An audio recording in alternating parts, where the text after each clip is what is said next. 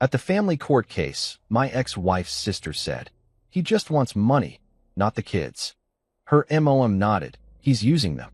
I stayed quiet until my 8-year-old walked to the stand and said, "Dad told me never to say this, but you need to hear it." Even the judge started crying. Look, I've been called a lot of things in my 37 years on this planet. Boring? Sure, I own that one. I once spent 2 hours organizing my toolbox by size and function, and honestly, it was therapeutic as hell. Predictable? Guilty as charged. I eat the same turkey sandwich for lunch every Tuesday and have zero shame about it. But a gold digger? That was new territory, and let me tell you, it hit different when you're a guy who legitimately forgot his debit card at a gas station 3 times in 1 month. Yet there I was, standing in courtroom 4B of the Sullivan County Family Court, a place that smelled like someone had brewed coffee in 1987 and just kept reheating it ever since, mixed with the delightful aroma of old carpet that had absorbed decades of broken dreams and custody battles.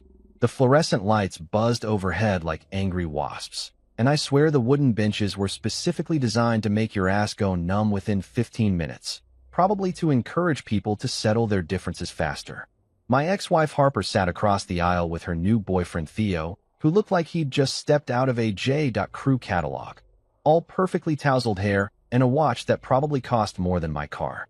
Her lawyer, this slick guy named Mr. Haynes who wore cufflinks that caught the light every time he gestured dramatically, kept shooting me looks like I'd personally kicked his dog. But the real show? That was Harper's family.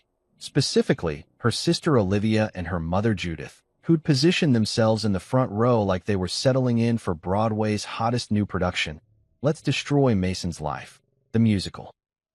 Olivia stood up during a break in the proceedings, and I kid you not, she waved her designer handbag, some Prada thing that probably cost more than my monthly mortgage, like it was a moral compass pointing true north toward my apparent evil.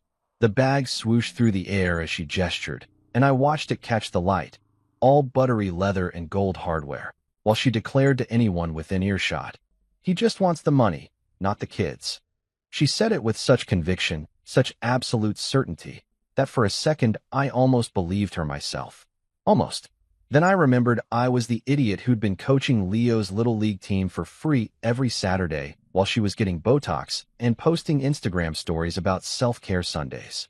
Judith, Harper's mother, a woman who wore so much perfume that I was pretty sure the EPA should have been notified, sat beside her daughter nodding like one of those bobblehead dolls people stick on their dashboards.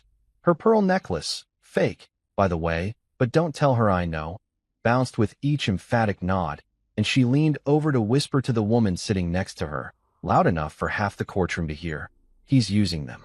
Those poor babies." She dabbed at her eyes with a handkerchief that I'm 90% sure was just for show because I didn't see a single actual tear. The woman she was talking to, some friend she dragged along for moral support or entertainment or whatever, gasped right on cue like they'd rehearsed this whole performance. I stood there, my cheap suit, the one I'd bought on sale at Kohl's 3 years ago for a wedding, feeling tighter around my shoulders, my tie slightly crooked because I'd tied it in the car and apparently still hadn't mastered that skill after nearly 4 decades of life. My lawyer, Ms. Patel, a sharp woman in her 40s who'd taken my case partly because she believed me and partly because, as she'd said during our first meeting, "I'm so tired of seeing good dads get screwed," touched my elbow gently. "Don't react," she whispered. "Let them hang themselves with their own rope." So I said nothing.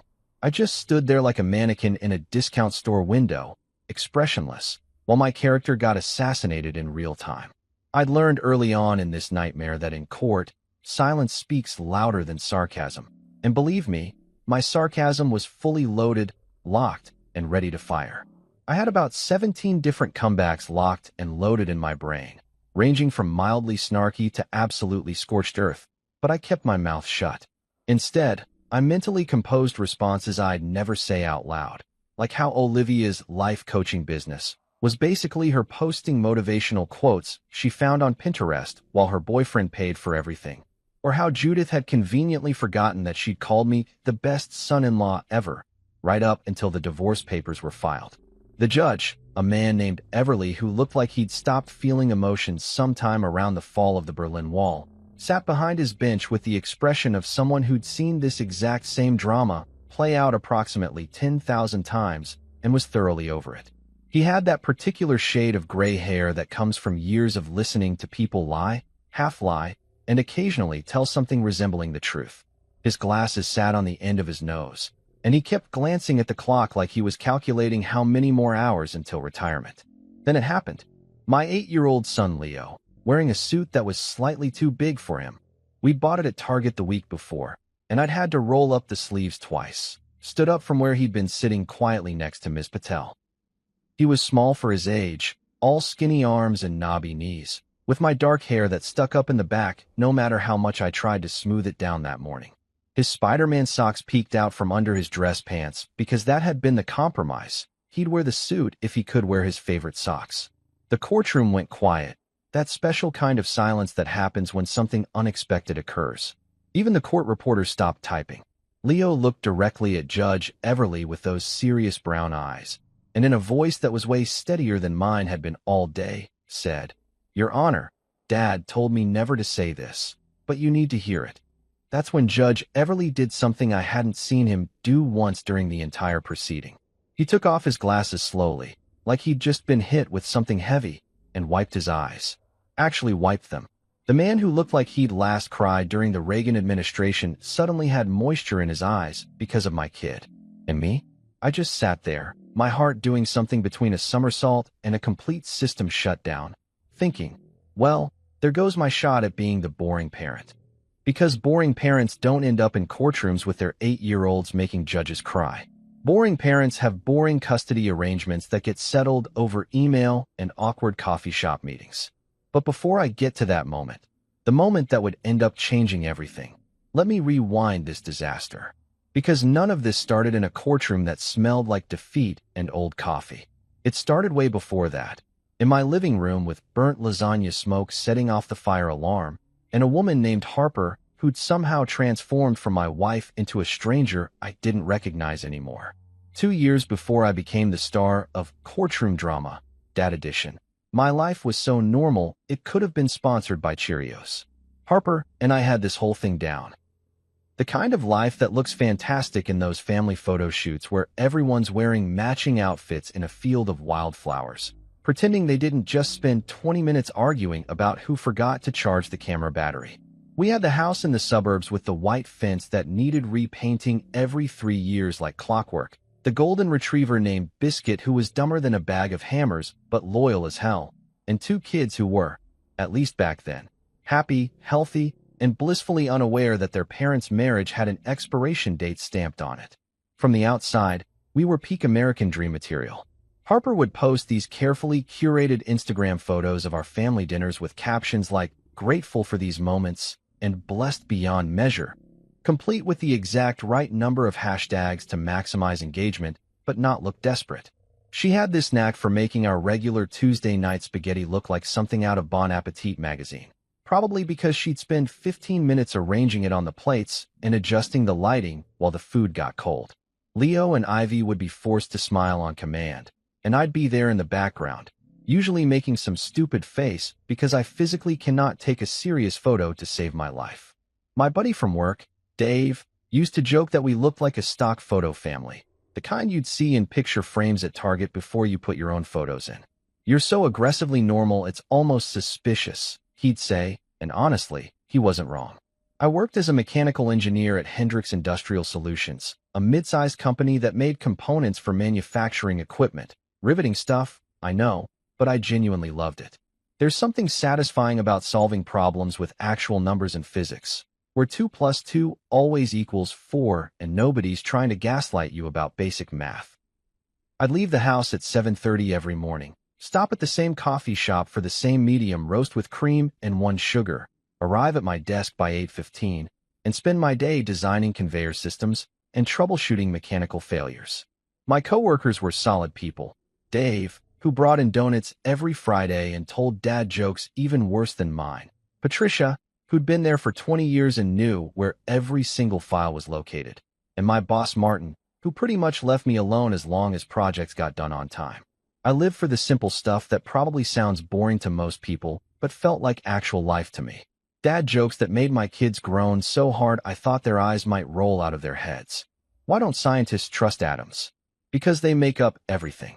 Leo would slap his forehead and Ivy would giggle despite herself. And that reaction was better than any applause I'd ever gotten.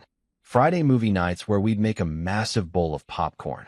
The real stuff, not that microwave garbage, and the kids would fight over who got to pick the movie until we instituted a democratic rotation system that Leo tracked on a spreadsheet because apparently he inherited my organizational tendencies.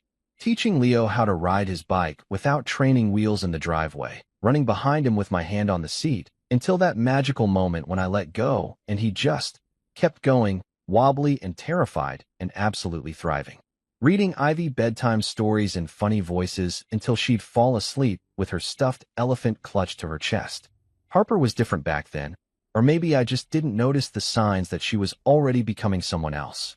She'd always been ambitious. That was one of the things I'd loved about her when we met in college. The way she attacked life like it owed her money and she was there to collect. She was sharp as hell, quick-witted, could read people like books and knew exactly what to say to make them like her. When we got married, she was working in marketing for a cosmetics company, and she was good at it, climbing the ladder faster than most people found the first rung. But she always talked about doing her own thing, building something that was completely hers, and I supported that. Of course I did. I'm not some 1950s caveman who thinks women should stay home and bake pies all day. The online fashion business started as a side hustle. She'd curate outfits and post them on Instagram, link to where people could buy the pieces, make a commission on sales. It was harmless, maybe even fun. She'd ask my opinion on outfits, and I'd say encouraging things like, "That looks great, honey," while having absolutely no idea if the shoes matched the bag or whatever. But then it exploded. Genuinely took off in a way neither of us expected. Suddenly, she had 50,000 followers, then 100,000. Then brands were reaching out to her for partnerships and sponsorships. She was making real money. More than my engineering salary some months, which should have been celebrated, but somehow felt weird in a way I couldn't quite articulate without sounding like an insecure jackass. That's when things started shifting, so gradually I didn't notice it was happening until I was already standing in the wreckage. Harper had meetings every night, networking events, influencer dinners, brand collaborations that apparently required her to be out until 10 or 11 p.m. She'd come home smelling like expensive wine and someone else's cologne, her eyes bright with excitement that had nothing to do with me or the kids. I became background decor, like that expensive vase you buy because it looks nice but never actually use. I was the plant that waters itself, functional, present, but ultimately forgettable. I didn't complain much, because that's what guys do, right?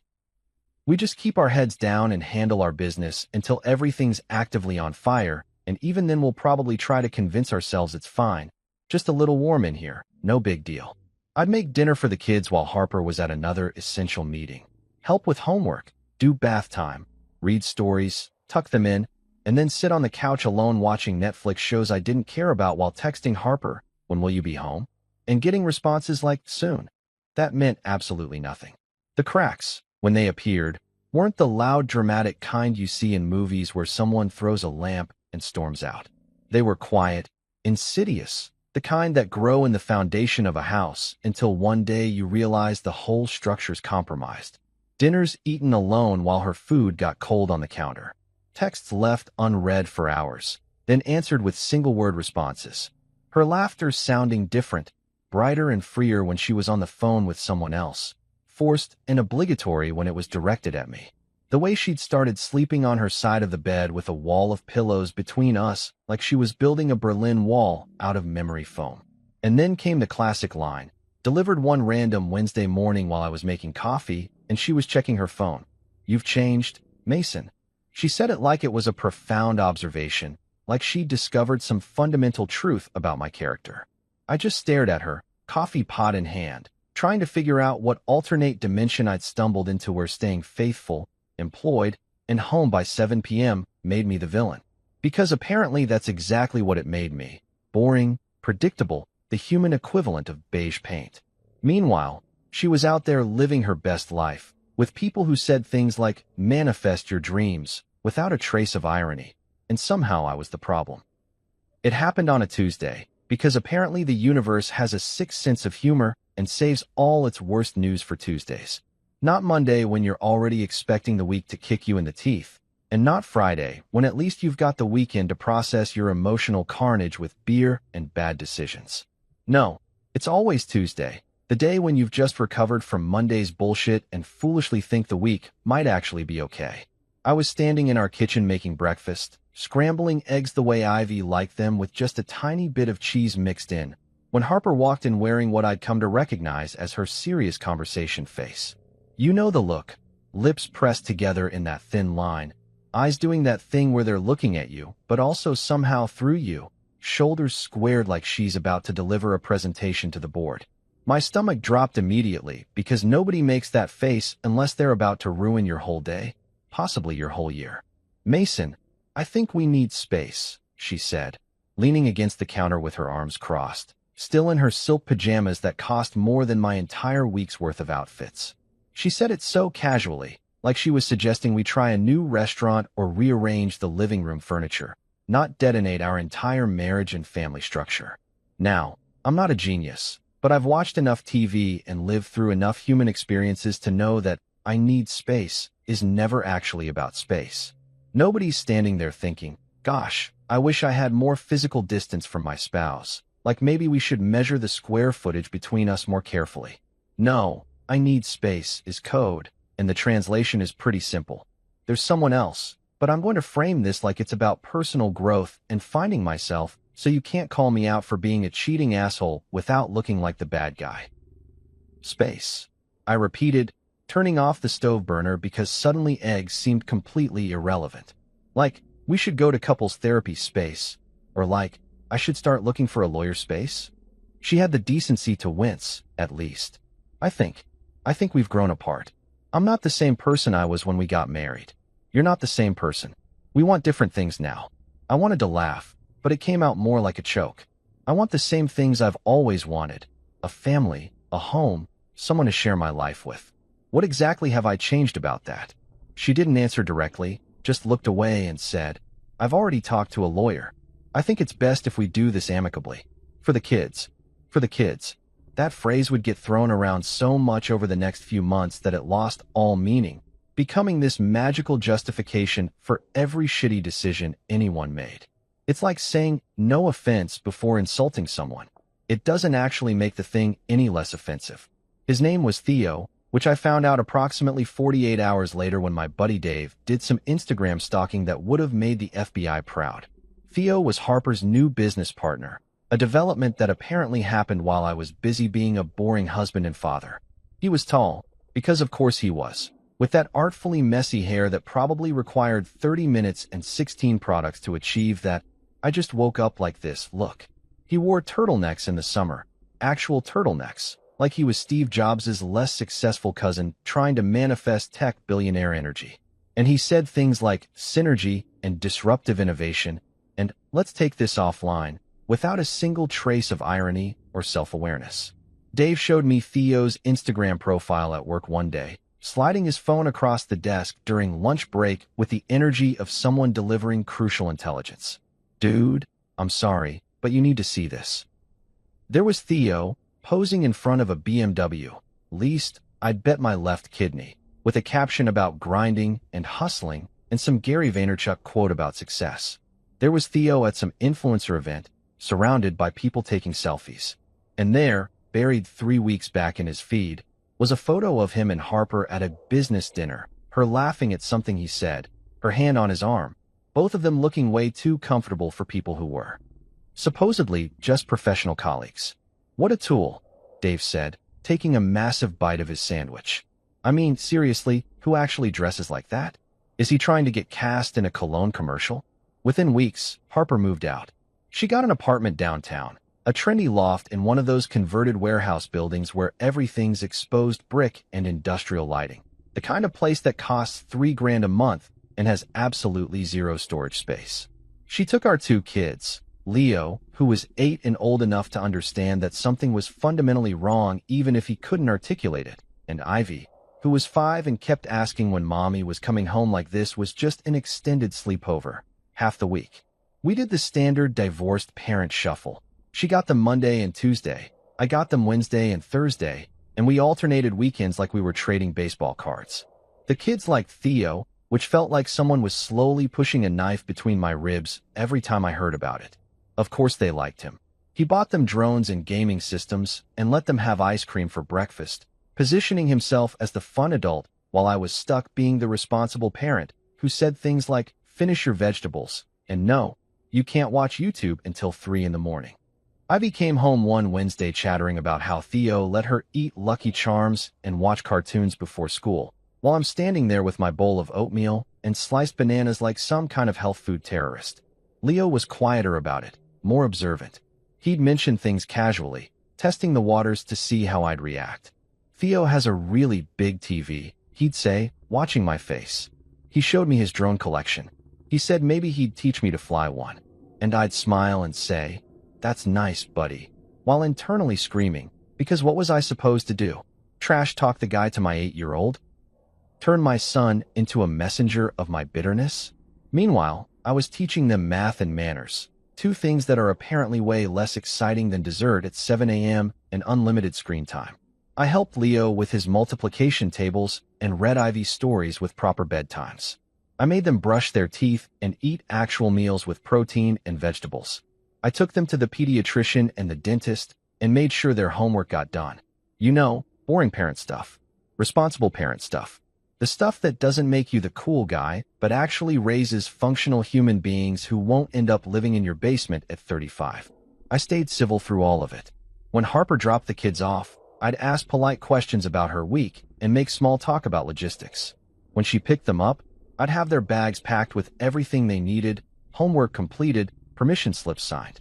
I didn't badmouth her to the kids or pump them for information about what was happening at her place. Because no matter how bad things got, no matter how much I wanted to scream or throw something or make her feel even a fraction of the pain I was feeling, I wasn't going to turn my children into weapons. They didn't ask for this. They didn't deserve to be collateral damage in their parents' failed marriage. But Harper's family? Oh, they had no such reservations. They were loading cannons, preparing for war, and I was about to become their primary target. Let me tell you about Judith Montgomery Reynolds. Yes, she hyphenated her maiden name because apparently one last name wasn't enough to contain her sense of self-importance. Harper's mother was the kind of woman who wore pearls to the grocery store and perfume so strong it could knock out small animals from 15 feet away. I'm talking about the kind of fragrance assault that violates the Geneva Convention, the stuff that lingers in elevators for 20 minutes after she's left and makes people wonder if they're having a stroke. She'd sweep into a room like she was making a grand entrance at the Met Gala, and everyone was supposed to stop what they were doing and acknowledge her presence. From day one of dating Harper, Judith had treated me like a charity case she'd once regretted funding. I wasn't good enough for her daughter, not rich enough, not connected enough, not prestigious enough. Never mind that I had a stable career, paid my bills on time, and treated her daughter with respect. No, I was just some middle-class engineer with a state school degree and a used Honda Civic, which apparently made me the human equivalent of clearance rack merchandise at TJ Maxx. Her favorite hobby, aside from drinking Chardonnay at 11 in the morning and pretending it was sophisticated, was reminding anyone within earshot that Harper could have done better.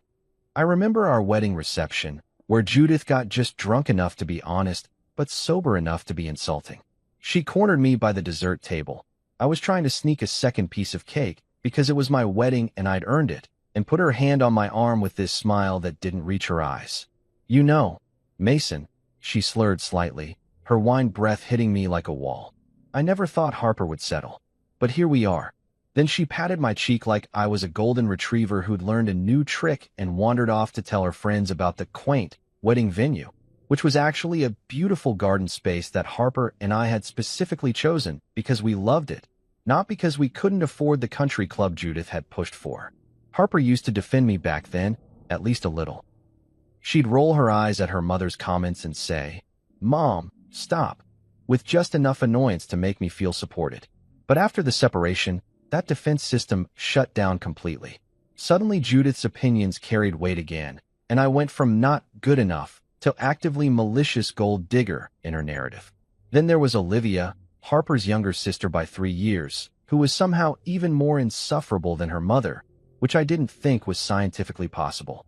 Olivia was a self-proclaimed life coach, a title that apparently required zero credentials, certification, or actual life experience. Just an Instagram account and the audacity to charge people $200 an hour for advice she'd found on Pinterest.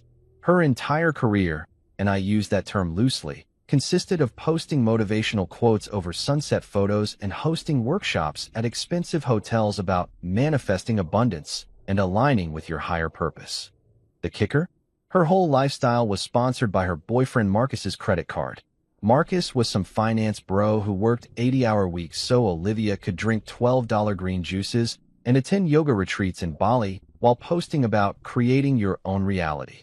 She lived in a condo Marcus paid for, drove a Mercedes Marcus leased, and wore designer clothes Marcus's American Express card purchased, all while lecturing other people about financial independence and manifestation.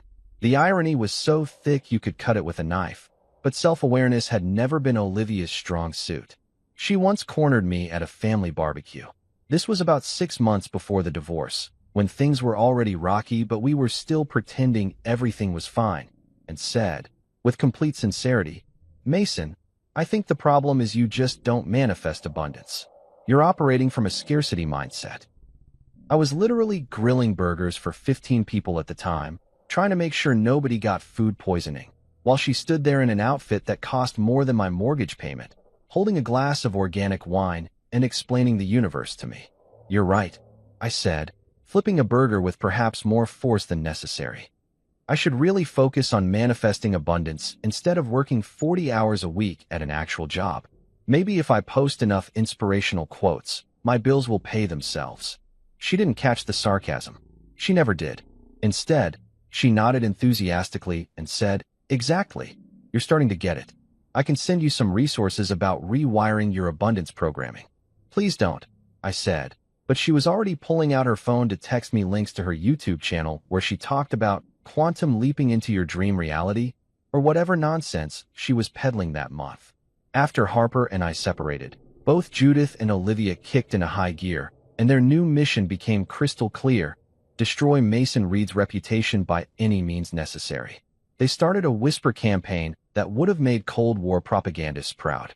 At Harper's friend's birthday party, which I only heard about through my buddy Dave, whose wife was there, Judith held court in the corner, telling anyone who'd listen that I was only fighting for custody to get more child support. She said it with such conviction, clutching her wine glass like a prop in a one-woman show, that people actually believed her. Me, the guy who'd once worn duct-taped shoes for 3 months because I was saving money for Ivy's art classes at the community center. The guy who drove a 10-year-old car with a broken air conditioner because I'd rather put money into the kids' college funds than lease some overpriced status symbol. The guy who'd literally calculated our family budget down to the last dollar every month, making sure we were saving for the kids' future while Harper was dropping $300 on a single blouse that she wore once for Instagram photos. That guy was apparently a gold digger. The math didn't even make sense. Child support in our state was calculated based on income and custody time.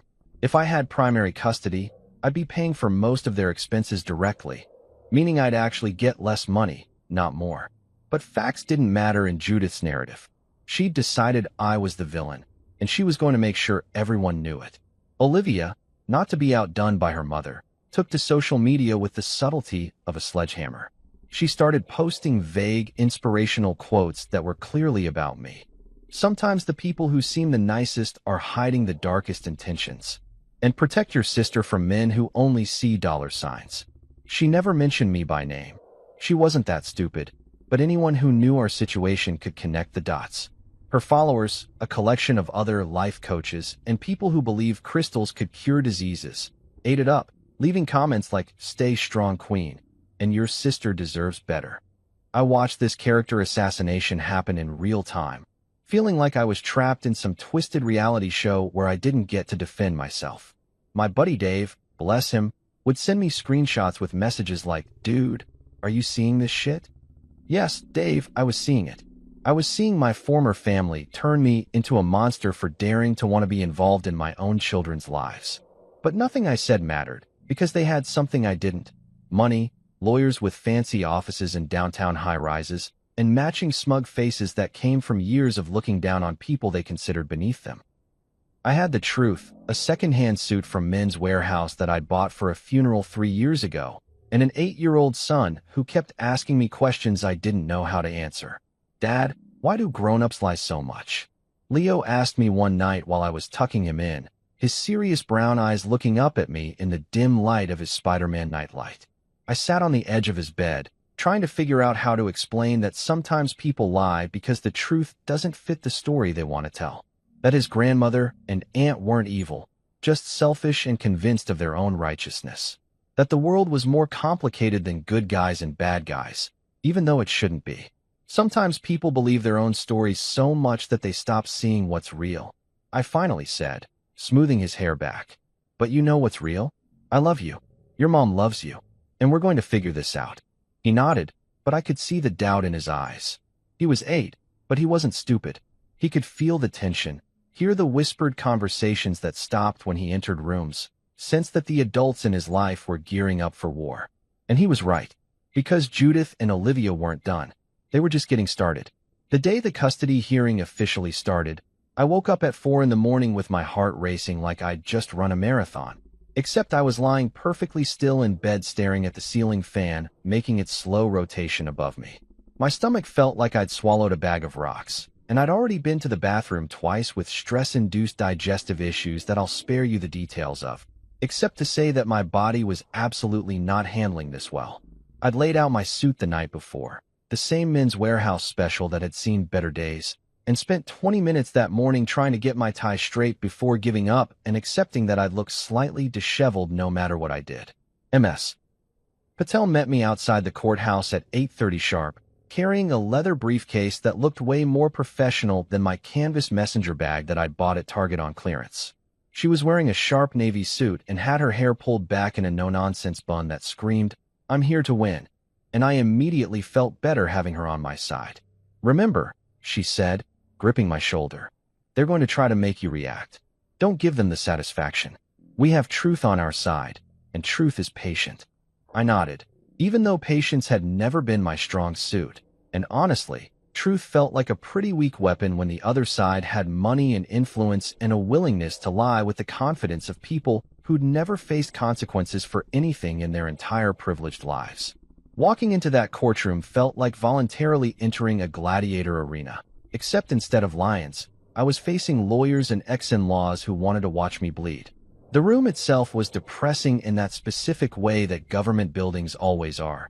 Industrial carpet in some indeterminate brownish color, fluorescent lights that made everyone look vaguely ill, and wooden benches that had been sat on by thousands of people going through the worst days of their lives.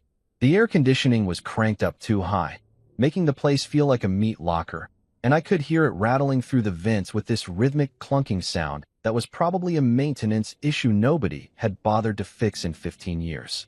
Harper sat on the opposite side of the aisle with Theo beside her, and I'll give her credit, she looked nervous. Her hands were clasped in her lap, and she kept glancing at her mother and sister like she was seeking approval or maybe reassurance that what she was doing was right. Theo, on the other hand, looked like he was at a business meeting he was slightly bored by, checking his phone every few minutes until Harper elbowed him and whispered something sharp that made him put it away.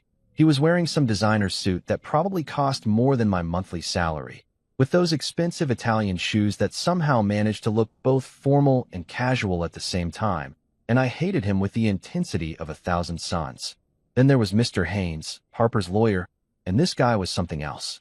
He was maybe 50, with silver hair that was definitely professionally styled. You could tell by the way it swooped back from his forehead in a way that defied both gravity and aging. He wore a suit that fit so perfectly it had to be custom-tailored, probably from some boutique downtown where they served you champagne while measuring your inseam. His cufflinks caught the light every time he moved, these flashy gold things that probably cost more than my car payment. And he had this way of moving around the courtroom like he owned it, like he'd won 1,000 cases in this exact room and fully expected to win this one too. When Judge Everly called the court to order, Mr. Haynes stood up with this practiced ease, buttoning his jacket with one smooth motion like he'd rehearsed it in front of a mirror. He started his opening statement, and I swear to God, it was like watching someone audition for a legal drama on TV. He paced back and forth, gesturing dramatically, his voice rising and falling with theatrical emphasis. "Your Honor," he said, pausing for effect, "this case is about protecting two innocent children from a father who has shown himself to be emotionally unstable and financially motivated." Emotionally unstable. Those words hung in the air like a bad smell, and I felt Ms. Patel's hand on my arm, a gentle reminder not to react, not to give them anything they could use against me. But inside, I was screaming, because how dare this man who'd never met me, who knew nothing about me except what he'd been fed by people with an agenda, stand there and call me unstable? I'd been the stable one. I'd been the one showing up every single day, making breakfast and packing lunches and helping with homework and reading bedtime stories. I'd been the reliable parent while Harper was out finding herself, with Theo the turtleneck enthusiast. Then Olivia took the stand, and I realized we'd entered the performance art portion of the hearing. She walked up to the witness stand like she was about to accept an Oscar, wearing some expensive outfit that probably came from a boutique where they don't put price tags on anything, because if you have to ask, you can't afford it. She placed her hand on the Bible, swore to tell the truth, which was rich coming from someone whose entire career was built on selling fantasies to desperate people, and settled into her chair with this expression of concerned sorrow that was so fake I wanted to laugh. Mr. Haynes approached her with the gentleness of someone handling a trauma victim. "Ms. Reynolds, can you tell the court about your observations of Mr. Reed during the marriage?" Olivia sighed, like the weight of this testimony was almost too much to bear. "Mason was always difficult," she began, and I nearly choked on my own spit. "He couldn't handle Harper's success. When her business started taking off, he became withdrawn, resentful. He'd make these passive-aggressive comments about her working late, about her new opportunities. It was clear he felt threatened by a strong, successful woman. This was my character now, apparently. Not the guy who'd encouraged Harper to start her business in the first place, who'd taken on more household duties so she could pursue her dreams, who'd celebrated every milestone and promotion. No, I was the insecure husband who couldn't handle his wife's success. Never mind that I'd literally never said one negative word about her career. I'd questioned her absence, sure, and the fact that her business meetings seemed to involve a lot of alone time with Theo, but her actual success? I'd been proud of her, at least until I realized it came with a side of infidelity. And after the separation, Mr. Haynes prompted, like he was directing a play. He became obsessed with getting custody. Olivia continued, warming to her role. Not because he cares about the children's well-being, but because he knows Harper has money now. He sees those kids as a paycheck, a way to maintain his lifestyle now that Harper's moved on. It's honestly heartbreaking to watch him use Leo and Ivy as pawns in his financial scheme. I watched Judge Everly's face during this testimony, trying to gauge his reaction, but the man was unreadable. He sat there taking notes, his expression neutral, giving away nothing. Meanwhile, Olivia kept going, painting me as some kind of master manipulator who'd planned this entire custody battle as a long con to extract money from my successful ex-wife. The irony was so thick you could spread it on toast. I was the one who'd been working the same steady job for 10 years, paying the mortgage, covering the bills, while Harper spent money like it was monopoly currency and Olivia mooched off her boyfriend's credit cards. But sure, I was the gold digger. When she finally finished her testimony, looking satisfied with her performance, Mr. Haynes thanked her like she'd just delivered the Gettysburg Address. "No further questions, Your Honor." Ms. Patel stood for cross-examination, and I could see Olivia's confidence waver slightly. "Ms. Reynolds, you mentioned Mr. Reed was withdrawn during the marriage. Did you ever consider that working long hours and caring for two young children while his wife was frequently absent might cause legitimate exhaustion?" Well, I suppose. And these passive-aggressive comments you mentioned, can you provide specific examples with dates and contexts? Olivia floundered, unable to produce anything concrete because, of course, she'd been making it all up. But the damage was done. The narrative was established. Then came Judith, and if Olivia's performance was theater, Judith's was grand opera. She approached the stand clutching her handkerchief like it was a religious artifact, dabbing at her eyes before she'd even been asked a question. She wore a tasteful black dress, because apparently we were attending a funeral, specifically the funeral of my reputation, and those fake pearls that she thought nobody knew were fake. "Mrs. Montgomery Reynolds, Mr. Haynes said gently. Can you tell us what you've observed? Judith's voice trembled with practiced emotion.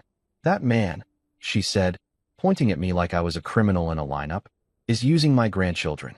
My sweet, innocent grandchildren. He doesn't want them. He wants Harper's money.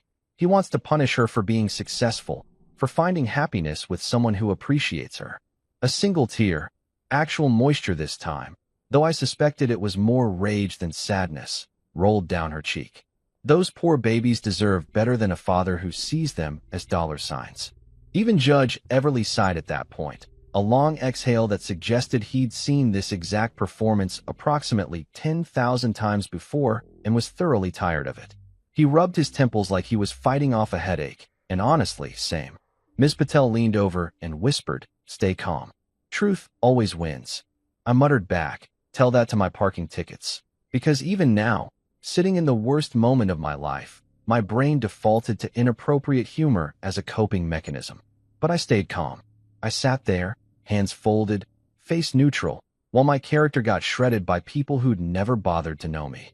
And I waited for my turn to speak. When Judge Everly called for a 30-minute recess, I practically sprinted out of that courtroom like someone had yelled fire in a crowded theater. My legs felt shaky, my shirt was sticking to my back with nervous sweat despite the Arctic air conditioning, and I needed to see my kids more than I needed my next breath. Ms. Patel had arranged for them to wait in a small family room down the hall, one of those depressing spaces with educational posters about co-parenting on the walls and a box of donated toys that looked like they'd survived several natural disasters and maybe a plague. I found Leo and Ivy sitting on an old couch that had definitely seen better days, probably back when Reagan was president. The fabric was that industrial-grade stuff they use in doctors' offices, some vague pattern that was supposed to hide stains, but really just looked perpetually dirty. Ivy had somehow found a box of crayons and was currently decorating my tie.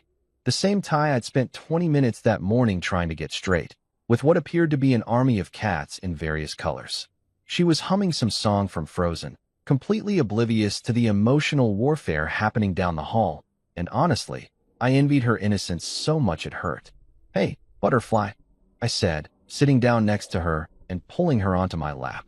That was my nickname for her, had been since she was 2, and became obsessed with butterflies after we'd seen them at the botanical garden. She giggled and showed me her artwork, which had transformed my boring navy tie into something that belonged in a modern art museum.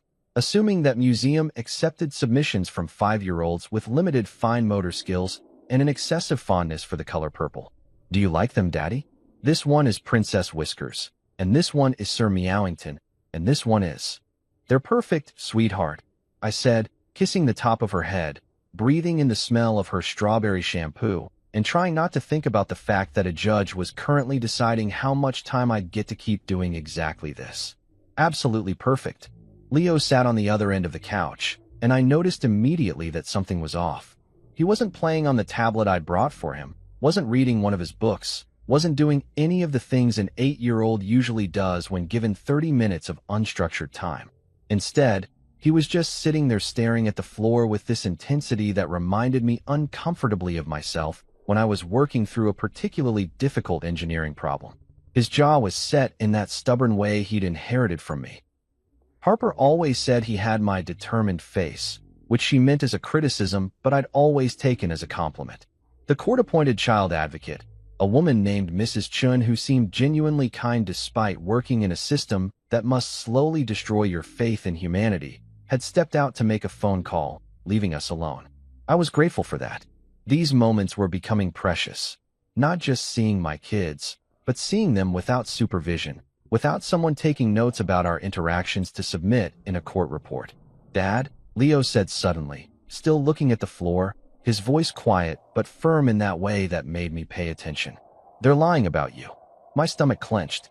I tried so hard to keep the kids insulated from the details of this mess, to maintain the illusion that everything would be okay, that adults were handling adult problems, and they didn't need to worry. Clearly, I'd failed spectacularly at that mission, because Leo had apparently been paying way more attention than I'd given him credit for. "I know, buddy," I said carefully, trying to figure out how to navigate this conversation without either lying to him or traumatizing him further. but sometimes adults. No, he interrupted, and there was something in his voice that made me stop mid-sentence. He looked up at me then, and his eyes were clear and determined and older than any 8-year-old should be. They're lying. Grandma and Aunt Olivia. They said you don't care about us, that you just want money. But that's not true. You're here every day. You make us breakfast and help with homework and come to my baseball games even when you're tired from work. You're the one who's always there. My throat tightened, and I had to blink hard because crying in front of my kids was not on today's agenda, even though I felt dangerously close to it. Leo, it's complicated. It's not complicated, he said with the absolute certainty that only children possess. That beautiful clarity before life teaches you that everything is gray and nothing is simple. They're lying, and I'm going to tell the judge. I nearly choked on the lukewarm coffee I'd grabbed from the vending machine down the hall, the kind that tastes like it was brewed sometime last week and has been sitting in that pot ever since. You? In there? I gestured vaguely toward the courtroom, trying to keep my voice light even though internal alarm bells were screaming. Buddy, that's not. You don't have to do that. He nodded, his expression unchanging, like he'd already made this decision and nothing I said was going to change his mind. You said honesty wins. You told me that lying never works out, that the truth always matters. So I'm going to win for us. Jesus Christ. My own words, the parenting lessons I'd been drilling into his head since he was old enough to understand sentences, were coming back to bite me in the most terrifying way possible. What was I supposed to say? Actually, son, I was lying about that whole honesty thing. It's complete bullshit. Powerful people lie all the time and get away with it. That seemed like poor parenting, even by my current standards. Before I could formulate any response that made sense, Ms. Patel appeared in the doorway. She must have been standing there for at least part of the conversation, because she had this look on her face. Not quite a smile, but something thoughtful and calculating, like she was running through legal scenarios in her head at lightning speed. Actually, Mason, she said, stepping into the room and closing the door behind her, lowering her voice so Ivy wouldn't pay attention. It might help. I stared at her like she'd just suggested we rob a bank to pay for legal fees. I'm sorry, what? You want my 8-year-old son to testify? Are you out of your mind? I kept my voice low so I wouldn't alarm Ivy, who was still happily coloring cats and humming. Bless her oblivious heart. Ms. Patel sat down in one of the plastic chairs across from us, leaning forward with her elbows on her knees. I know how it sounds. But Mason, listen, judges hear from lawyers all day. They hear allegations and counter-allegations, and everyone has an agenda. But a child? Especially one who's articulate and honest? That's powerful. Judge Everly has a reputation for taking children's testimony seriously, especially when they're old enough to understand what's happening. He's 8, I said, like she'd somehow forgotten this crucial detail. 8 years old. I'm not putting him through that. Do you know what Harper's lawyer will do to him up there? He'll tear him apart. Actually, no, Miss Patel said. There are strict rules about cross-examining children, especially in family court. Haynes can ask clarifying questions, but he can't be aggressive or hostile. Judge Everly won't allow it. I laughed, but it came out bitter and harsh. Right, let's just throw my 8-year-old into the lion's den. That's a perfect parenting move.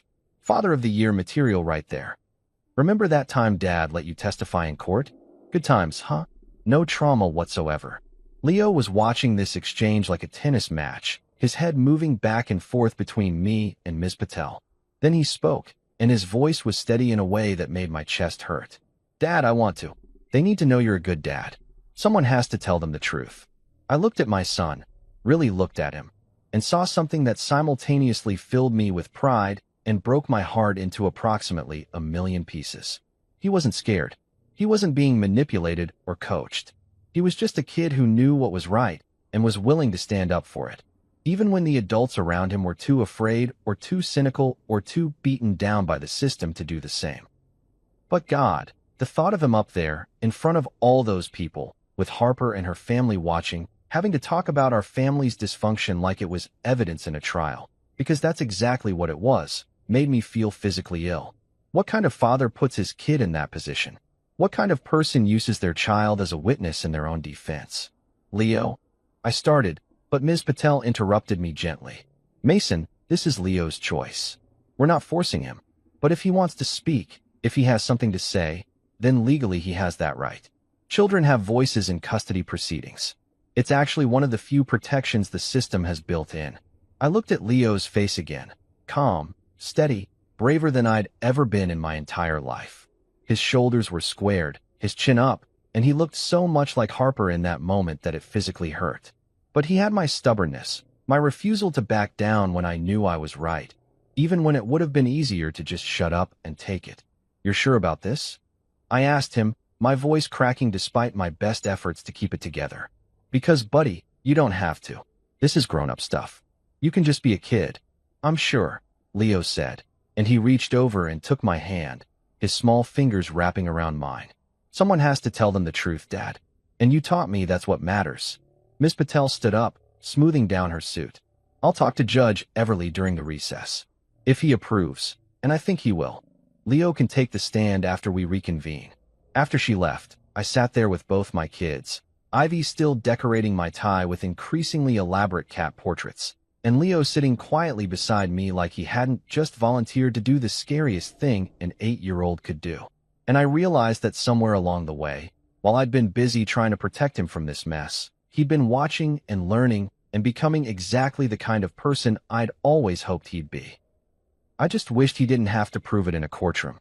When we walked back into that courtroom after the recess, I felt like I was escorting my kid to the gallows, except the gallows were made of polished wood and legal precedent, and instead of a noose there was just a witness stand with a microphone that looked way too big for an 8-year-old. My hand was sweating where Leo held it, or maybe his hand was sweating, or maybe we were both just leaking anxiety through our palms like some kind of stress-induced osmosis. Every step toward our seats felt weighted, like I was walking through concrete instead of that god-awful industrial carpet that had probably absorbed the tears of 1,000 broken families before ours. Judge Everly had apparently approved Leo's testimony during the recess, which Ms. Patel relayed to me with a reassuring squeeze on my shoulder that did absolutely nothing to calm my nerves. Harper looked confused when we entered, her eyebrows pulled together in that way they did when she was trying to figure out a puzzle, and then horrified when Ms. Patel announced, "Your Honor, we'd like to call Leo Reed to the stand." I watched the color drain from Harper's face like someone had pulled a plug, and she grabbed Theo's arm so hard I saw him wince. Judith gasped audibly, clutching those fake pearls like they were going to save her, and Olivia's mouth literally fell open, which would have been funny under different circumstances. Mr. Haynes shot to his feet like someone had launched him from a catapult. "Your Honor, objection. The child is only 8 years old. This is highly irregular and potentially traumatic." "Mr. Haynes," Judge Everly interrupted, his voice carrying that tone of someone who'd heard every objection in the book and wasn't impressed by any of them. "Children have the right to be heard in custody proceedings. I've reviewed the request, and I'm allowing it. The court will take appropriate measures to ensure the child's comfort." He looked down at Leo, and his expression softened in a way I hadn't seen during the entire proceeding. "Young man, you don't have to do this if you don't want to. Do you understand that?" Leo nodded, then remembered courtroom protocol and said, "Yes, sir," in a voice that was small but steady. God, I was so proud of him and so terrified for him at the same time that I thought my chest might actually explode from the conflicting emotions. This was my kid, the same kid who still slept with a nightlight shaped like a rocket ship, who cried during sad parts of movies even when he tried to hide it, who made me check under his bed for monsters even though he claimed he was too old for that stuff. And he was about to face down a courtroom full of adults who had agendas and lawyers and decades of experience manipulating situations to their advantage. The bailiff, a middle-aged guy named Rodriguez who I'd seen smile at Leo earlier when we'd entered the courtroom, helped him up to the stand with unexpected gentleness. He adjusted the microphone down to Leo's height and whispered something that made Leo's shoulders relax just a fraction.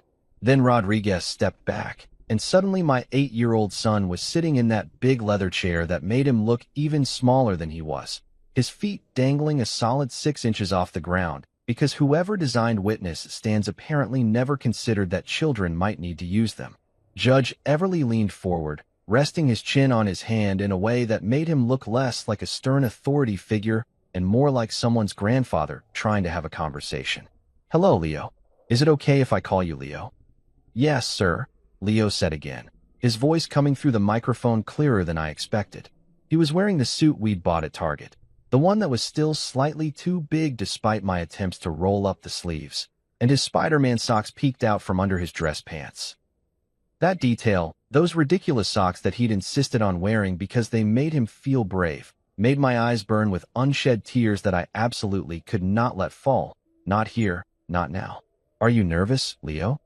Judge Everly asked, his voice gentler than I'd heard it all day, like he'd suddenly remembered that not everyone in his courtroom was a jaded adult who'd lost faith in the justice system somewhere around their third divorce. Leo thought about this for a second, his face serious in that way kids get when they're considering whether to tell the truth or say what they think adults want to hear. "A little," he finally admitted. "But Mom says being nervous means you care, so I guess that's okay." A ripple of laughter went through the courtroom. Genuine laughter, not the polite courtesy chuckles that happened during boring testimony. Even the court reporter smiled, her fingers pausing on her weird little keyboard machine for just a second.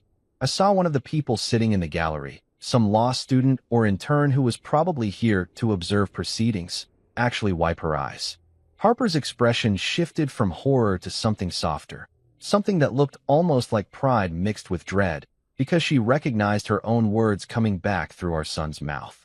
Judge Everly smiled, a real smile that crinkled the corners of his eyes. "That's very wise. Your mom's right about that. Now, Leo, I just want to ask you a few questions about your life with your dad. There's no right or wrong answers here, okay? I just want to hear about your experiences. Can you tell me what it's like living with your dad?" Leo sat up straighter, like he was preparing to give a book report in front of his class. "Dad helps me with homework every night, even when he's tired from work. He's really good at math, way better than me, and he makes it make sense, you know? Like, he uses examples with video games or baseball to explain stuff." He paused, then added, "He also makes pancakes on Sunday mornings, but they're kind of terrible. Like, really terrible. Sometimes they catch on fire." More laughter, louder this time. Even Judge Everly chuckled, and I felt my face heat up because, yeah, my pancake-making skills were objectively terrible, but in my defense, cooking has never been my strong suit, and at least I was trying. Leo continued, gaining confidence now that people were laughing with him instead of at him. "But he always says sorry when he burns them, and we order pizza instead, and that's okay because he tried. And he tells me to always be kind and never lie, even if people are mean to you, because being honest is more important than being liked." The laughter died down, replaced by something heavier, more attentive. The whole courtroom seemed to lean forward slightly, everyone suddenly invested in what this 8-year-old had to say. I could see Judith shifting uncomfortably in her seat, her hand moving to that ridiculous handkerchief she'd been using as a prop earlier. Olivia was staring at her phone, probably trying to pretend she wasn't hearing this, and Mr. Haynes was scribbling notes so furiously I thought he might tear through the paper. Judge Everly nodded slowly. "That sounds like good advice. Does your dad spend a lot of time with you and your sister?" "Yeah," Leo said, nodding enthusiastically. "He comes to all my baseball games, even the away ones that are like an hour drive. And he helps Ivy with her art projects, even though he's really bad at art. No offense, Dad." He looked directly at me when he said that, and I had to press my lips together to keep from laughing despite the tension because the kid wasn't wrong. I drew stick figures that looked like they'd been in terrible accidents. "None taken." I mouthed back and saw his shoulders relax a little more. Judge Everly's expression remained gentle, but I could see something shifting in his eyes, some calculation happening behind that judicial mask. "Leo, has anyone talked to you about what to say in court today?" And there it was. The moment everything changed. I watched Leo's face transform from relaxed to serious, his jaw setting in that stubborn way that meant he'd made a decision and wasn't backing down. The courtroom went completely silent, the kind of silence where you can hear the air conditioning rattling and someone's stomach growling 3 rows back, and the court reporter's fingers hovering over her machine, waiting for whatever was about to be said. "Dad told me never to say this," Leo began, and Harper actually made a small sound, somewhere between a gasp and a whimper, that carried in the silent room. "But you need to hear it." Judge Everly took off his glasses slowly, like he needed to see this moment more clearly, and I swear to God I watched his eyes get shiny. The man who'd looked like he hadn't felt emotion since the Reagan administration, who'd sat through hours of testimony with the expression of someone watching paint dry, suddenly looked like he was fighting back tears. "Mom called me last week," Leo continued, his voice steady but his hands gripping the arms of the chair. "She said if I told people that Dad was mean to us, or that he yelled a lot, or that I didn't like living with him, then I could live with her and Theo in the big house all the time. She said the house has a pool and a game room, and I could have my own bathroom, and we could get a dog." The courtroom erupted, not loudly. Family court doesn't allow for Jerry Springer-style chaos. But there was a collective inhale of breath, a rustling of bodies shifting, a murmur of voices that Judge Everly had to gavel down. Harper was crying now, actual tears streaming down her face, and Theo looked like he wanted to be literally anywhere else on planet Earth, possibly including the surface of the sun. But Leo wasn't done. And Aunt Olivia texted me. "I'm not supposed to have a phone, but Mom gave me one, and said if I told the judge that I was scared of Dad, or that he didn't take care of us, she'd buy me the new gaming laptop I wanted. The really expensive one." Olivia stood up like she was going to object, or flee, or possibly combust on the spot, but Judge Everly pointed at her with his gavel. "Sit down." 2 words, delivered with such absolute authority that she dropped back into her seat like her legs had given out. Leo's voice got quieter then, but somehow more powerful. "But Dad says love isn't about gifts or big houses or stuff. He says love is about showing up. And he always shows up. He shows up when I'm sick, and when I have bad dreams, and when I need help with homework even though he's tired. He shows up to my games, even when his team at work needs him. He just shows up. That's when I saw it." A single tear rolling down Judge Everly's cheek before he quickly wiped it away. The court reporter was openly crying. The bailiff Rodriguez was blinking rapidly and looking at the ceiling. Even Mr. Haynes looked shaken, his pen frozen mid-note. Leo looked right at me then and smiled. This small, brave smile that said he'd done what he came to do. That's all I wanted to say. Mic drop. Game over. My 8-year-old son had just destroyed their entire case with nothing but the truth. Judge Everly called for another recess after Leo's testimony, probably because he needed time to compose himself or possibly consult with whatever deity judges pray to when 8-year-olds deliver more truth than they've heard in their entire careers. The bailiff Rodriguez practically carried Leo down from the stand. Not literally, but with that protective energy that made it clear he'd decided Leo was now under his personal guard, and Ms. Patel whisked us back to that depressing family room before anyone from Harper's side could approach us. I sat there with Leo on my lap, even though he was getting too big for it and his elbow was digging into my ribs, and I just held him while he trembled slightly with the adrenaline crash that comes after doing something incredibly brave and terrifying. Ivy, who'd been coloring in the corner with Mrs. Chin watching her, looked up and asked, "Did Leo do good?" With that pure, uncomplicated confidence that only 5-year-olds possess. "He did amazing, Butterfly," I said, my voice rough because I was about 3 seconds away from completely losing it emotionally, and I couldn't do that. Not yet. Not until this was over. He was the bravest person in that whole room. Leo looked up at me with those serious brown eyes. "Did I do the right thing, Dad?" Mom looked really sad. And Jesus, that question, the fact that my kid was worried about his mother's feelings even after revealing that she'd tried to manipulate him into lying, that just about killed me. "You did exactly the right thing, buddy. You told the truth. That's always right, even when it's hard. Especially when it's hard." Ms. Patel was pacing the small room, her heels clicking on the linoleum floor, and she had this look on her face like she'd just won the lottery, but was trying not to celebrate until the check cleared. "Mason, I've been doing this for 15 years, and I have never seen anything like that. That kid of yours just gave the most powerful testimony I've ever witnessed." "He shouldn't have had to," I said, because even though I was proud, I was also furious at the situation that had forced my 8-year-old to be the adult in the room. None of this should have happened. "You're right," she agreed, sitting down across from me and leaning forward with her elbows on her knees. "But it did happen, and Leo handled it like a champ. Now we wait for Judge Everly's ruling." The wait felt like approximately 17 years, even though it was probably only 45 minutes.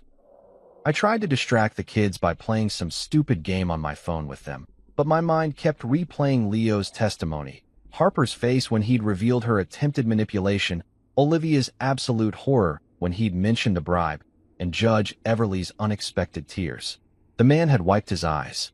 An actual judge, in an actual courtroom, had gotten emotional because my son had reminded him what integrity looked like.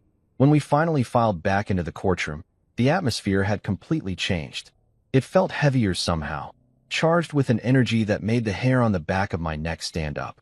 Harper looked like she'd aged approximately 10 years in the last hour. Her eyes were red and puffy. Her makeup was smeared despite obvious attempts to fix it, and she sat hunched in her chair like someone had removed her spine and replaced it with regret.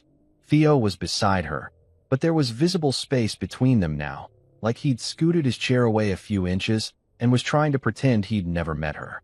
Classic move from a guy who'd probably been promised that this whole custody thing would be easy, that they'd steamroll the boring ex-husband and move on with their lives, and instead had just witnessed his girlfriend get exposed for trying to coach her kid into lying under oath. Judith sat ramrod straight, her face frozen in this expression that was trying to be dignified but mostly just looked constipated. She wouldn't meet anyone's eyes, just stared straight ahead like if she didn't acknowledge what had happened, maybe it would cease to exist. Olivia, on the other hand, looked like she was calculating how quickly she could delete her social media accounts and possibly move to another country where nobody had heard about this disaster. Her phone was clutched in her hand, probably already composing some damage control post about misunderstandings and taken out of context that would fool exactly nobody. Mr. Haynes stood for his closing arguments, and I've never seen a lawyer look less enthusiastic about his job. He stood there in his expensive suit with his fancy cufflinks, and he stuttered through his prepared speech like a man who was being paid in regret and possibly blood money. Your Honor, despite the testimony we've heard today, my client maintains that she acted in what she believed to be. He trailed off, looking down at his notes like they might contain an escape route, then seemed to give up entirely.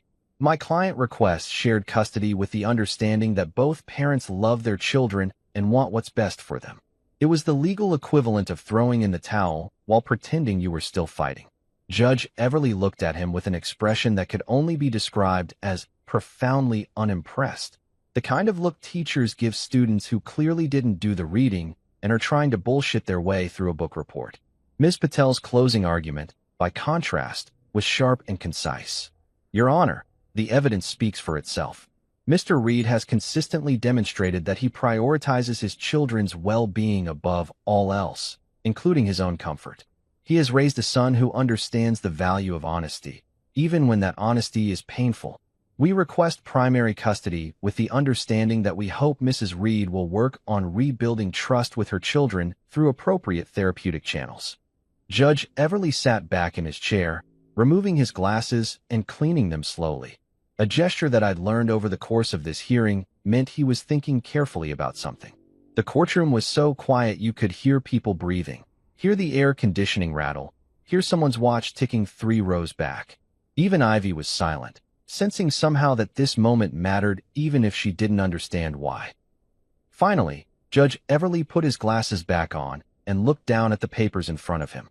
When he spoke, his voice was clear and firm, carrying that weight of authority that comes from 30 years on the bench making decisions that alter the course of people's lives. I've presided over custody cases for 3 decades, he began, and my heart was hammering so hard I thought it might break through my ribcage and make a run for it. I've heard every argument, every accusation, every strategy that lawyers can devise. But today, I heard something I don't hear nearly often enough in this courtroom. Unvarnished truth from a child brave enough to speak it. He paused, looking directly at Leo, who was sitting next to Ms. Patel with that same serious expression. Young man, thank you for your honesty. That took more courage than most adults could muster. Leo nodded, and I saw his hand grip the edge of his chair a little tighter. Judge Everly's expression hardened as he turned his attention to Harper. Mrs. Reed, what you attempted to do, coaching your child to lie in court proceedings, offering bribes in exchange for false testimony, is not only morally reprehensible, it's potentially criminal. I am frankly shocked that someone would attempt to manipulate their own children in such a manner. Harper was crying openly now, not the delicate tears of earlier, but full-on sobbing, her shoulders shaking. Theo was staring at his shoes like they were the most fascinating objects in the universe. Therefore, Judge Everly continued, his voice taking on that official tone that meant the ruling was coming and it was final. The court rules as follows. Mr. Mason Reed will have primary physical custody of the minor children Leo Reed and Ivy Reed. Mrs. Harper Reed will have supervised visitation rights, conditional upon completion of co-parenting counseling and individual therapy to address the concerning behavior demonstrated in these proceedings. My brain sort of short-circuited at that point. Primary custody. I had primary custody. My kids would live with me, in our house, with the backyard where we played catch and the kitchen where I burned pancakes, and the living room where we had movie nights. They'd be home. Furthermore, Judge Everly said, and his voice got even more stern if that was possible, any future attempt to manipulate these children, to coach them toward false testimony, or to use them as pawns in parental disputes will result in immediate suspension of visitation rights pending a full review. Is that understood, Mrs. Reed? Harper could barely choke out a yes, Your Honor, through her tears. Then Judge Everly did something unexpected. He looked directly at me, and his expression softened. Mr. Reed, you've clearly raised a son with integrity. In a system where I regularly see parents coaching their children toward lies that serve adult agendas, it's refreshing. No, it's remarkable to see a child who understands that honesty matters, even when it's difficult. The court thanks Leo for reminding us what truth sounds like. I nodded, trying to keep my expression neutral and professional when what I really wanted to do was jump up and down like I just won the Super Bowl. Thank you, Your Honor. I managed, my voice coming out steadier than I felt. Ms. Patel squeezed my arm, and I could feel her vibrating with barely contained victory energy. This court is adjourned, Judge Everly said, banging his gavel once. And just like that, it was over. The courtroom erupted in that controlled chaos that happens when big decisions get made.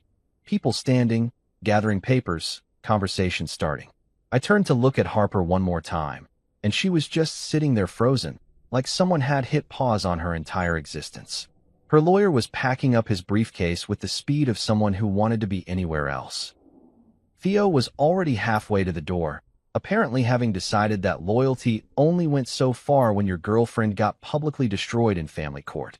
Judith pushed past people to get to Harper, her face a mask of fury and shame, and Olivia was right behind her, phone already out and probably typing some crisis management post.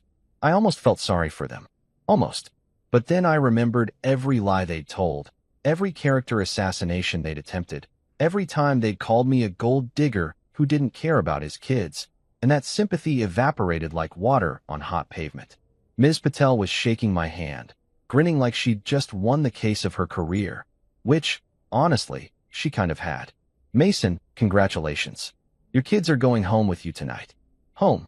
My kids were coming home. For good. I looked down at Leo, who was watching me with those serious eyes, waiting to see how I'd react. And I did the only thing that made sense. I picked him up, even though he was really too big for it now, and hugged him so hard he squeaked. You did good, kid. I whispered into his hair. You did so good. I know, he said, and I felt him smile against my shoulder. I told the truth. That's what you taught me. Yeah, that's what I taught him. And apparently, it actually worked. The weeks after Judge Everly's ruling felt like living in some alternate dimension where things actually worked out the way they were supposed to, which honestly was disorienting as hell after months of everything going sideways. I kept waiting for the other shoe to drop, for some new legal filing to show up at my door, for Judith to emerge from whatever rock she'd crawled under and try round 2 of Let's Destroy Mason. But it never came. Turns out getting publicly eviscerated in family court by your own 8-year-old grandson has a way of shutting people up real quick. Harper disappeared from social media entirely, which was genuinely shocking considering her phone had basically been surgically attached to her hand for the past 2 years. Her Instagram went dark. No more carefully curated outfit photos. No more inspirational quotes about living your best life. No more humble brags about her business success. Her last post, from the day before the final hearing, was still up. A picture of a latte with some caption about choosing joy that aged like milk left out in the Arizona sun. The comments section had turned into a dumpster fire of speculation after word got out about what happened in court. Apparently someone who'd been in the gallery had loose lips, and instead of managing it, Harper just vanished. For someone whose entire identity had been wrapped up in her online presence, that silence spoke volumes. Olivia, because she's incapable of not being the center of attention even when her best move would be shutting the hell up, tried a different approach. She started posting these cryptic quotes on her Instagram that were clearly about the situation but vague enough that she could claim plausible deniability if anyone called her out. My personal favorite was "Truth always surfaces, even when buried beneath lies." Yeah, thanks for that wisdom, Socrates. Really insightful coming from the woman who'd literally tried to bribe a child with a gaming laptop. Dave sent me screenshots of all of them with commentary like, "Is she serious right now?" And the audacity of this woman could power a small city. But honestly, I stopped paying attention to their drama pretty quickly because I was too busy watching my kids become themselves again. Leo went back to being a kid, just a regular 8-year-old who cared about baseball stats and whether his Pokemon cards were worth anything, instead of carrying the weight of his parents' dysfunction on his shoulders. The anxiety that had been etched into his face for months started fading, replaced by more smiles, more bad jokes. He was definitely inheriting my sense of humor, poor kid, more of that lightness that kids are supposed to have. He started sleeping through the night again without the nightmares that had been plaguing him. He stopped asking me worried questions about whether I was okay, whether we had enough money, whether he'd done the right thing by telling the truth. He just got to be a kid again. Ivy, bless her oblivious heart, seemed to register that something had shifted in the universe but couldn't quite articulate what. What she could do was draw, and suddenly our refrigerator became an art gallery of family portraits. There was one of all four of us, me, Leo, Ivy, and even Harper, holding hands in front of a house with a son that had a smiley face and approximately 17 cats scattered around, because apparently every picture Ivy drew needed cats. She labeled me best pancake maker in her wobbly 5-year-old handwriting, which was objectively false given my pancake skills, but I framed that picture anyway. It's hanging in my office now, right where I can see it when I'm having a bad day and need to remember what actually matters. The biggest surprise came about 6 weeks after the ruling when Harper actually started showing up, and I don't mean physically showing up, because she'd been doing the supervised visitation thing as ordered by the court. I mean really showing up as a parent, as herself, not as the Instagram influencer version of a mom who curated moments for content. After therapy, both individual and the co-parenting counseling the judge mandated, something shifted. She stopped trying to be the fun parent who bought affection with expensive gifts and started being just a mom. An imperfect, trying to figure it out mom who sometimes messed up but was at least genuine about it. It wasn't easy. There were awkward conversations and tense moments and times when old patterns tried to resurface. But it was honest. And for once, that was enough. It's been a year since that day in courtroom 4B, and honestly, life is weirdly normal now. The good kind of normal, not the Pinterest perfect facade hiding a dumpster fire kind that we had before. I still make terrible pancakes every Sunday morning, and Leo still insists on helping, which somehow makes them even worse because apparently neither of us inherited any cooking genes whatsoever. Last week we managed to create pancakes that were simultaneously burnt on the outside and raw in the middle, which I'm pretty sure violates several laws of physics. Ivy sings off-key Disney songs at the top of her lungs while we cook, and the house perpetually smells like burnt batter and something I can only describe as peaceful chaos. Our smoke alarm has become more of a cooking timer at this point. When it goes off, we know breakfast is ready. The kids are doing great. Leo made the all-star team for baseball this year, and I've only missed 2 games, both because of work emergencies that actually were emergencies, not the fake kind people use as excuses. He's got this confidence now that wasn't there before, like he knows he can handle hard things because he's already handled the hardest thing an 8-year-old, 9-year-old now, should ever have to face. Ivy's in kindergarten and has informed me that she's going to be an artist who also runs a cat shelter, which seems like a solid business plan, and I'm fully supportive. Harper and I have figured out co-parenting in a way that doesn't make me want to drive off a cliff. We're never going to be friends, but we can be civil, even friendly sometimes, for the kids. She's got them every other weekend and one night during the week, and she actually shows up on time now. The therapy helped, I'll give her that. She's not the person I married anymore. But she's not the person who tried to manipulate our son into lying either. She's somewhere in between, figuring it out, and that's more than I expected. Sometimes people ask me if I regret letting Leo speak in court, if I feel guilty about putting him in that position. Not a chance. That day, my kid didn't just save our family. He reminded everyone in that courtroom, including me, that truth doesn't need a lawyer or a strategy or a perfectly rehearsed speech. It just needs courage. Leo had more courage in his 8-year-old body than most adults accumulate in a lifetime. And I'm pretty sure I'll be telling that story at his wedding someday, probably embarrassing him in front of his future spouse. And if you're wondering about Judge Everly, yeah, he actually sends a Christmas card every year. This year's said, "To Leo, the bravest person who's ever stood in my courtroom. Keep telling the truth." It's stuck on our fridge next to Ivy's cat drawings and a coupon for pizza that expired 3 months ago.